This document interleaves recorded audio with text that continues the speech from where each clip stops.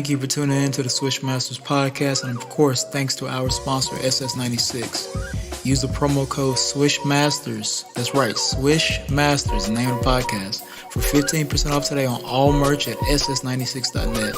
Also, be sure to follow Straight Stoner as well as Xzequtive Productions on all socials. See you soon, and thank you so much for tuning into the podcast.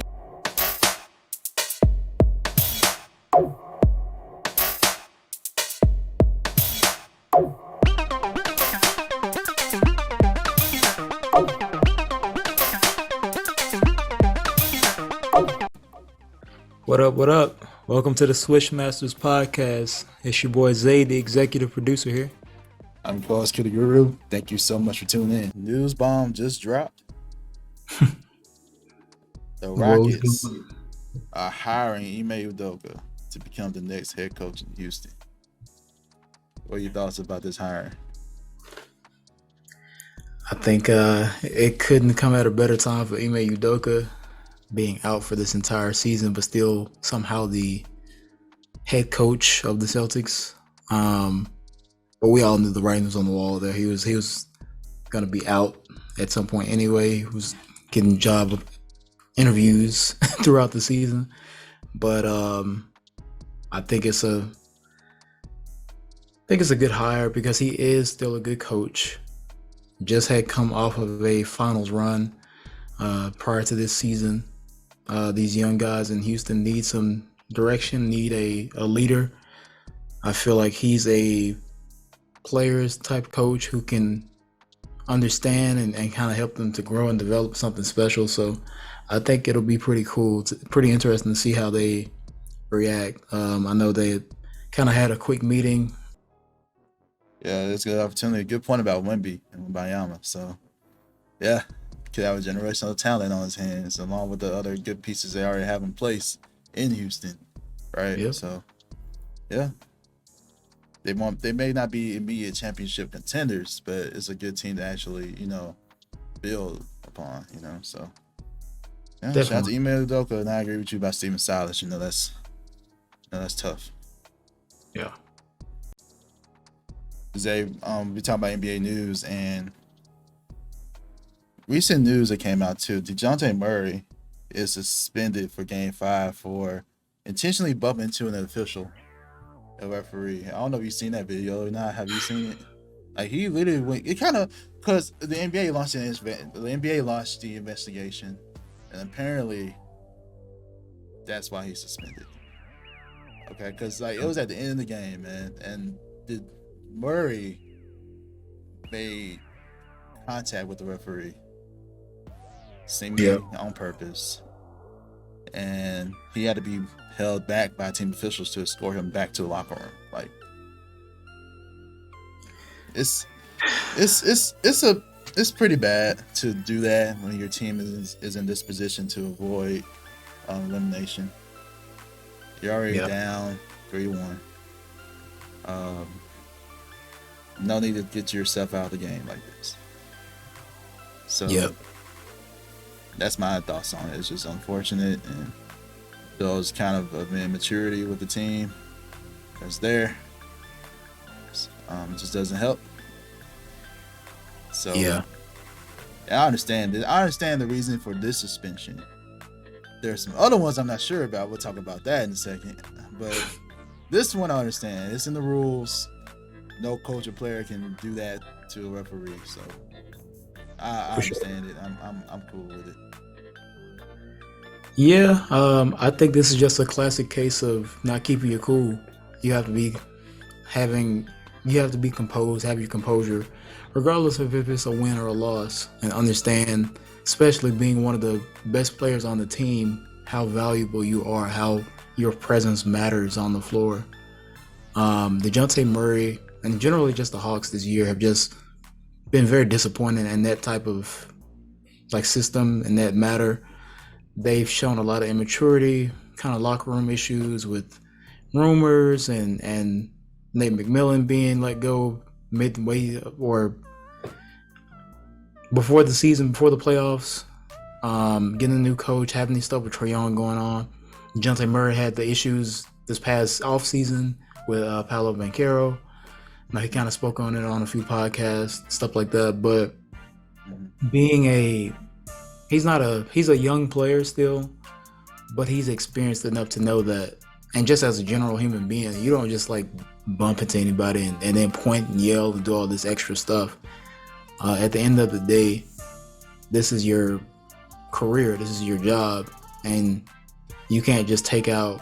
I mean, of course, this is a game of emotion and action and many things, but that doesn't give you the right to, invade someone's space, bump into them just because you feel a certain way. It just shows immaturity. It's very disappointing. And I didn't expect the Hawks to win this series, but now you're just really like writing on the wall for them at this point that you don't really have a chance of extending the series. At least I don't think so, but we'll get into that later on. But yeah, I'm for it. I feel like he has to learn to be more understanding of the situation and not be just bullheaded and do stuff to get yourself in trouble, simple as that. Q, we finally saw some NBA awards, man. Some awards have been announced, not the MVP, not the big stuff, some of the big stuff, but some very important awards. Defensive Player of the Year, we'll start off there. One of my favorite awards. The award goes to Jaren Jackson Jr. Had a phenomenal season, blocking shots out of everywhere, rebounding, just being an impactful player on that side of the floor.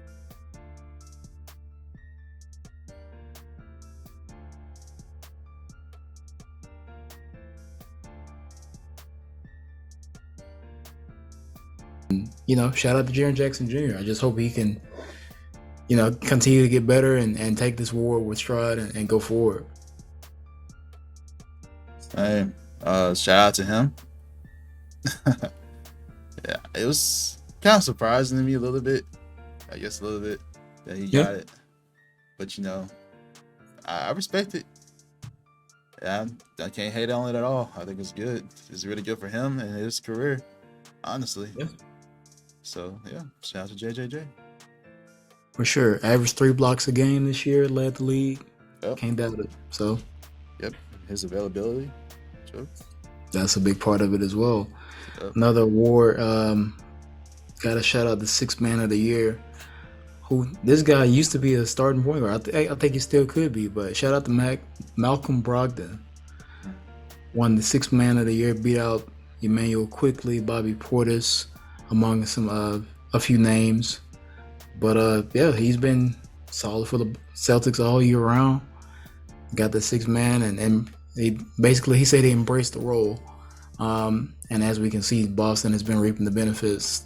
Repeated as number one team in the top seed, one of the top seeds in the East this year. Yeah. But what are your thoughts on Brogdon winning Sixth Man of the Year? I mean, it could come down to him basically the whole year. Looking at him, one could argue based off how Russ was looking too before he got traded. Everyone was saying him as well. It was him, Malcolm Brogdon. There's somebody else. Oh, Norman Powell. That's another one. Like, he could have been Sixth Man of the Year for real. Like, Norman Powell. But can't hate Malcolm Brogdon. He deserves it as well. Like, all those guys deserved it, especially him and Norman Powell for sure. So, absolutely. Very savvy. Yeah. And at his own pace. Yeah. Yeah, and I think the award winners look at winning so much more too. So the fact Boston does have the higher seed, I think that plays a role into it. Absolutely. If you're a voter. So definitely understand. Well deserved. I have no complaints so far about these awards. For sure. All right. We got another award that was announced. One of the new awards, actually. Clutch Player of the Year.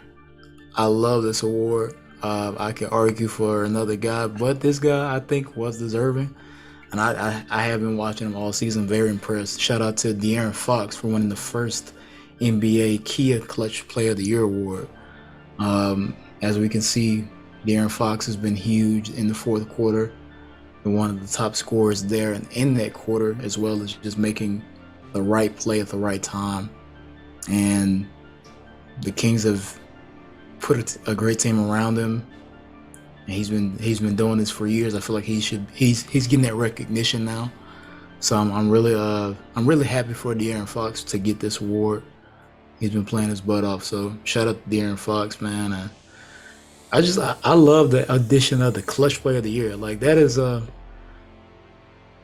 award that I feel like if he was still here, man, Kobe would take that home like year by year by year. But shout out to De'Aaron Fox, man. What do you think about Fox getting the first Clutch Player of the Year? This is well deserved, man. He's been clutch all year. The stats show it. You see him in his game as well. There's something about him turning up in the fourth quarter that happens too, man. It's crazy. I can argue Dame Dollar is another one that could win that award before it was instituted before. Dame time. Man, that's hands down, yeah. Yeah, so like I think it's a good award, and I hope we keep having this in the future. I like the Clutch Player of the Year concept. Yeah. Shout out to our award winners. No complaints there. I think the voters got it right on all three. Yep, no complaints. Not mad at that. We got one more. It's not a player award. It's actually a coach award, Coach of the Year, and a very much deserving award. Another Kings win, for Mike Brown. Shout out him. Shout out to Mike Brown for winning Coach of the Year. The Kings got the number 3 seed in the West after years of not making playoffs. Mike Brown's got these dudes playing hard, competing with the Warriors, and number 3 seed, like to go from where they've been, like honestly one of the laughing stocks of the league to being a for real like tough team. I gotta shout out Mike Brown for that. So yeah, man, that's another award that you knew. Second, LBS pause on me.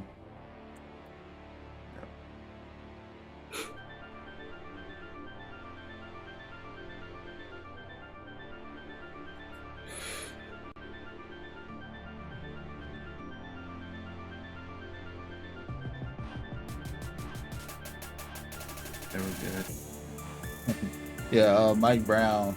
This is also one of those awards you knew who was going to win the entire season. To have the Kings that high of a seed, there's no way that they could not have won. So, yeah. Shout out to Mike Brown, man. So well deserved. Mike B. Say the NBA referees have been confusing. In a word, that's one word I'll use to be nice. Yeah, that's very nice. So you have one instance where we see Draymond Green is suspended for kicking Sabonis in the groin area.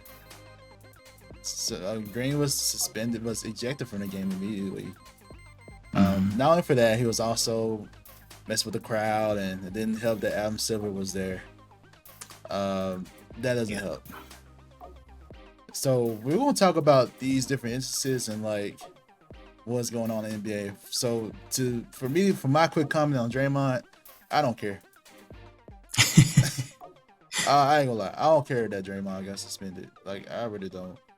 He, as much as I've seen him as a fan do stuff and get away with it, you know how many times Steven Adams got kicked in the game? That was brutal. Yeah. In the series, man. I've seen him get kicked so many times and the NBA did nothing. So we had to literally question Draymond Green's shooting motion and see if that was true.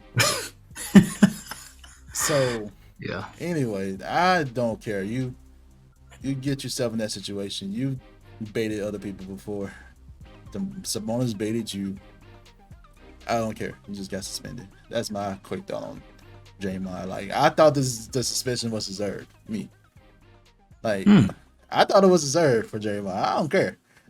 Okay. That's my honest opinion, man. I do not care that he got suspended. What are your thoughts on it? I disagree, man. I actually I agree with the ejection. Yeah, Sabonis grabbed his leg. He reacted. He stomped him. It's not pretty. It's not nice. It's not a good thing to do right, that. So right. ejection, Oh yeah, yes. what I said, kick the Suspension. grind. Oh yeah, I was so wrong about that, y'all. Yeah, I'm thinking about somebody else. Yeah, Oh, I mean he's, yeah, but yeah, that's yeah, yeah. That's what he did. Draymond literally stepped on dude's chest. Like, you can't do that, dude. Like, come on. yeah. I mean I But get and it. Like Sabonis did that's grab his leg, by the way. Sabonis did grab yeah. his leg, so I want to make sure that's The, clear. the only Draymond has a history of doing of getting into these type of antics, and it's not anything new. And I think that's a big part of why he got the suspension for that game. Mm-hmm. But in this case, I for the action itself, I'm just looking at the action itself Yeah. and how it happened. It was a reaction to getting his leg pulled. He had been complaining to the ref saying they're grabbing his leg. Mm-hmm. So for him to do that, and we can clearly see Sabonis grab his leg.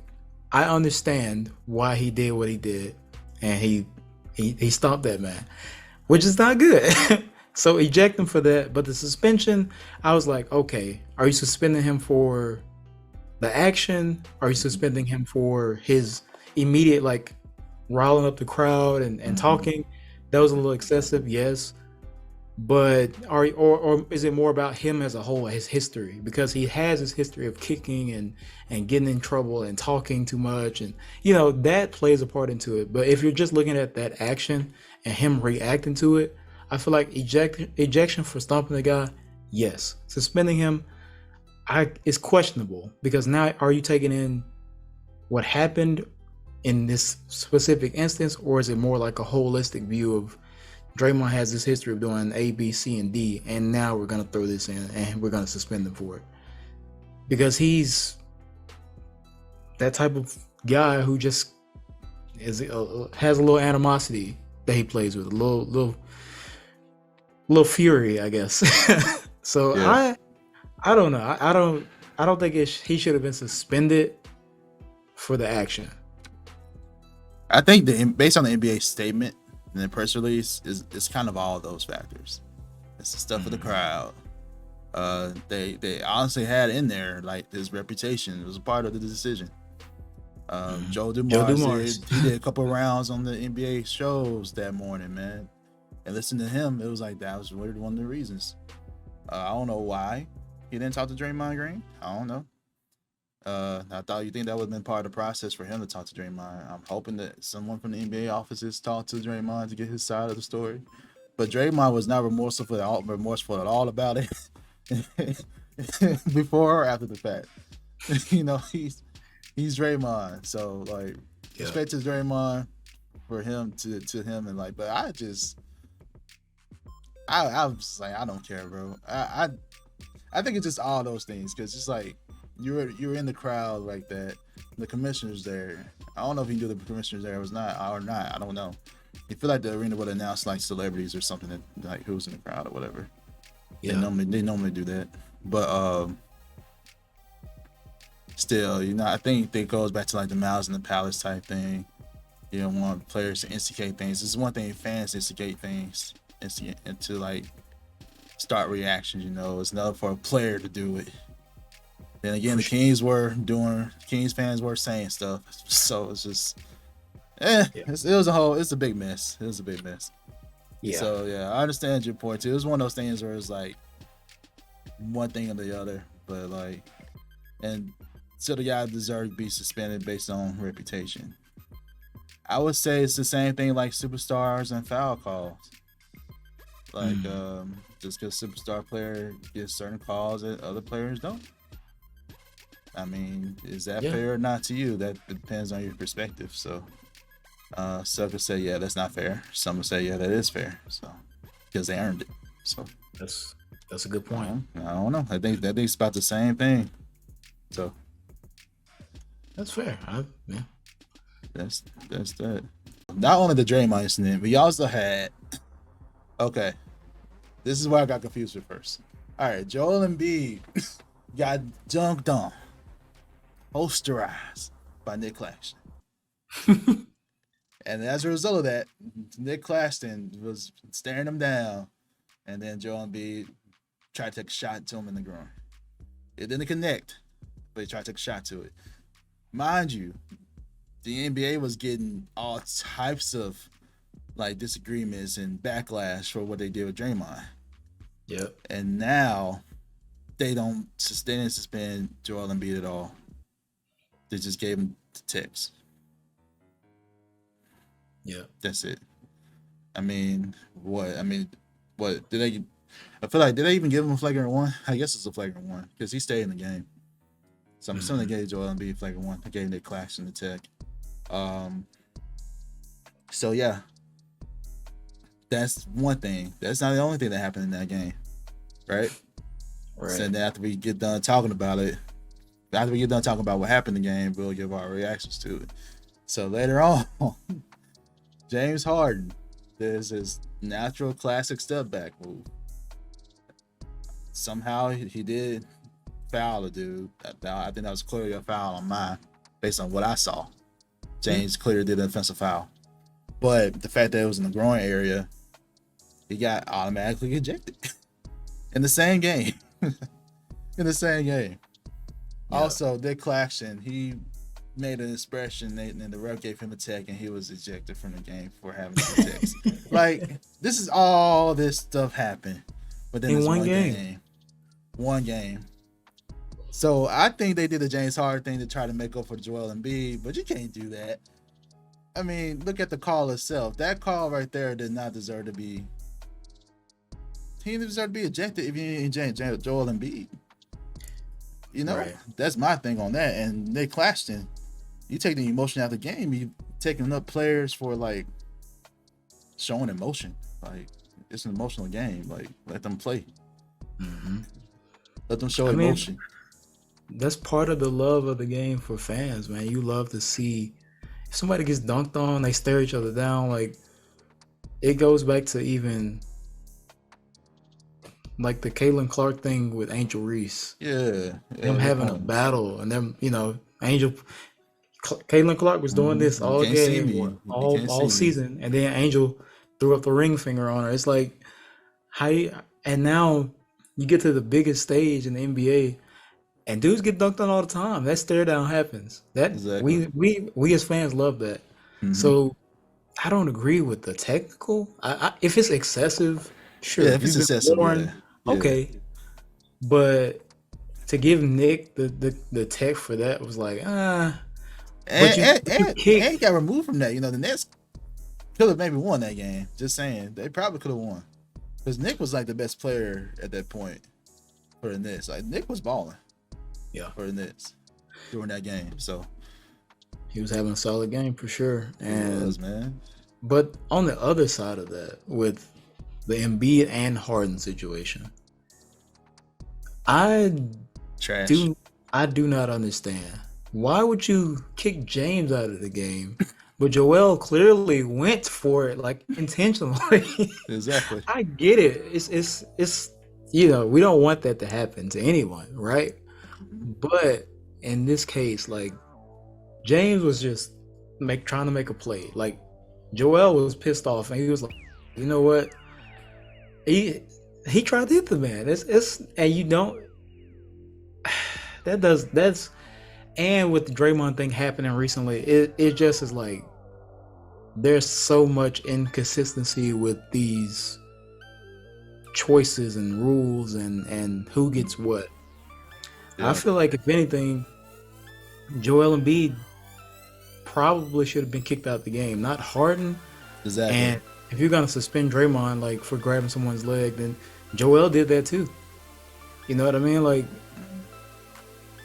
that is now it looks bad on the association because clearly Draymond is in a class and Joel's in a class. No disrespect, but they're in two different classes, right? Right. But the one in the higher class didn't get the same treatment as Draymond. Right. And I'm not defending Draymond. I'm not defending these actions at all. It's just like it has to be a level playing field, though. If you're gonna be giving like Yeah. parity to the league, to the teams, to how the game is called, how the game goes. The ref has to. These refs have to understand they pretty much can control the game. And as a fan, as a player, it's kind of like disheartening when you know it's clearly a disparity here. Like, come on, man. Yeah, What's up? these rules are too subjective, man. They gotta really look at this rule book for fouls and flagrant fouls and add more context to them or something. So you don't have to be. So it doesn't have to be so subjective, you know. Have certain conditions in place, because yeah, I agree. Certain things should be allowed to happen. We're on the same page on all this, man. James shouldn't have been ejected. As Joel Embiid probably should have, based on, I'm saying Joel Embiid should have been based on what happened literally the game before, like the day, like literally the day before. Just happened. That literally just happened, like with Draymond. So Yeah. like, there's no reason. The NBA botched out, man. But now we get to Dylan Brooks, whose reputation can be argued as like up there with Draymond in terms of technical fouls and him being viewed as a certain type of player, right?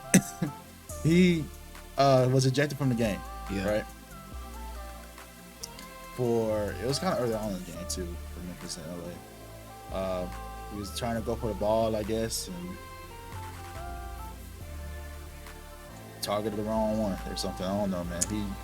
He took a shot at LeBron in the groin area, and he was ejected, which is the right call for me. I mean, I think that's the right call. Do you agree that he should have been ejected in that game? Or Yeah, I think so.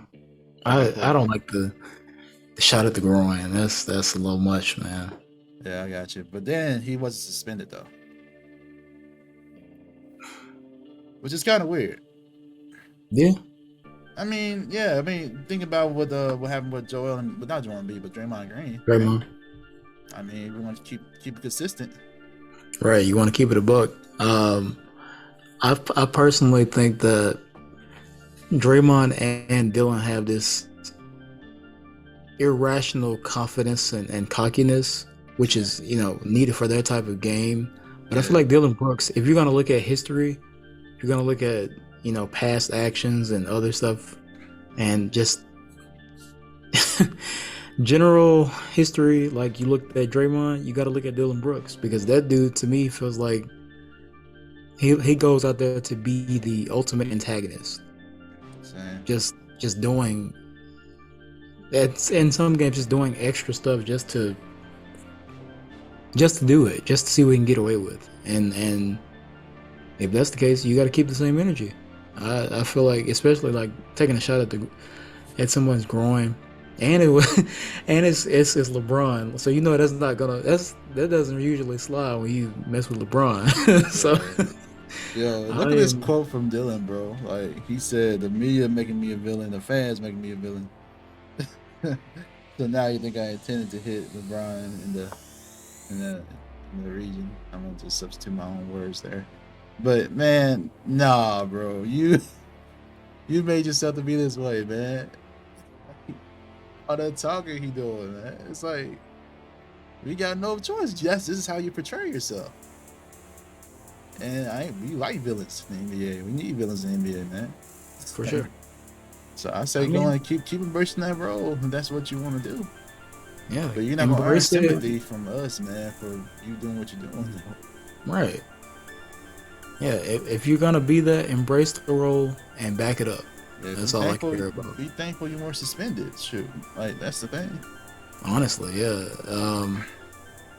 I'm really surprised by the Draymond one. So for that one tonight, especially with it being LeBron of all people.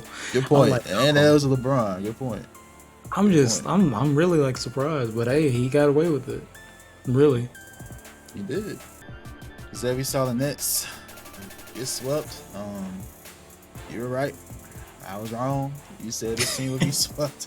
I was like, man, look at the depth though. They can at least get one. No, they didn't get one. They didn't get two. So like, yeah, I was hoping this would be a more competitive series, but I was clearly wrong. So, America and whoever's watching, you're not from America. I was wrong. So, yep, Zay was right. They actually got swept. Man, I just didn't think that for a 7-game series I couldn't see them getting multiple wins. Philadelphia, yeah, and don't get me wrong, I like the Nets squad. I like how they played after the KD trade. Mikal Bridges emerging as a superstar in this league. A lot of guys that have a lot to prove. They can just play. They have a lot of talent. But when you look at the level of talent that Philly has, you look at Joel Embiid, arguably the best offensive player, at least best offensive center in the league. James Harden, ultimate point guard / shooting guard threat. You got Tobias Harris, who's 6'10", but also has guard skills, can shoot it. Tyrese Maxey, super quick guard who's elite. PJ Tucker, elite on defense as well. Like they just have a stacked lineup, and then they have enough depth to be able to maintain. So I just felt like it was just a little bit of an edge to Philly because of the level of talent. No disrespect to those Nets guys, they play hard, but you don't have a superstar talent to match up with those guys. So hey, I'm happy I got one, because usually I'm wrong about these things. Yeah, you're right. Perfectly in your prediction. You predicted that it would be a sweep. I thought Sixers would win at 6 at least, but 5 or 6. So yeah, shout out to you. But if I had to say, I could have been right. The game they could have won was a game that we kind of talked about with the ejection stuff. Like Nick Claxton was playing great. Mm-hmm. If they actually ejected Joel Embiid, they were supposed to, or based on previous circumstances, yeah, I think the Nets could have won. I think the Nets could have won the game. As a matter of fact, it was Joel Embiid that blocked this game-winning shot.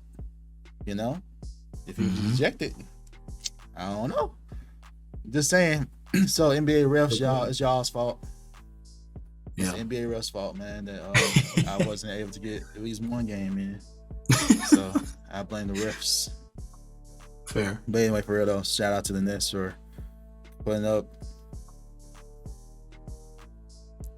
I don't want to say, I can't even say it was a fight, but allowed me to watch basketball. Hey, they made it. They made it though. Well. They did. So they did. Let's talk about real quick the future for the Nets though. What do you think? Right now, the East is so top heavy. I don't really see them being a contender. If you're the Nets, it can be a destination to get talent there maybe, but yeah, good young pieces. Maybe turn those young pieces to like trade assets. There have been rumors already about Trae Young being on the market. I think it'd be hard to get Damian Lillard away from Portland, but you just need some type of star now to build your franchise around, and you need to identify that star and build around them, because something they can do. Because the picks they have is not really going to be lottery picks, like. So yeah, they're in a quite a predicament with just how the past couple seasons have played up until this one. I honestly don't see a big free agent signing coming with just how they have been as an organization. We've spoken this many times now, but they do have. I like what Bridges is doing. If they want to, I feel like he can probably emerge, become a bigger player, bigger star in this league. Yeah. If anything, he could be. I think he'd be an all-star. They need a superstar. Yeah, I think Bridges is capable of being an all-star. Me too. But as far as like another superstar, I don't see someone willingly coming there, unless there's I will say they have a lot of trade assets. They do. They have a lot of guys that could package. I forgot. Technically, they do have a superstar, man. They got Ben Simmons, bro. Ben Simmons. This is your chance, man. They got Ben Simmons. I'm not gonna speak on franchise. that. I'm not going to say nice things about Ben Simmons. He has the big bucks of a superstar, man. He's getting paid.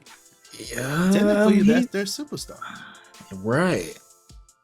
Well, yeah.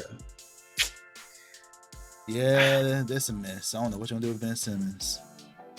I don't know, man. I don't I know.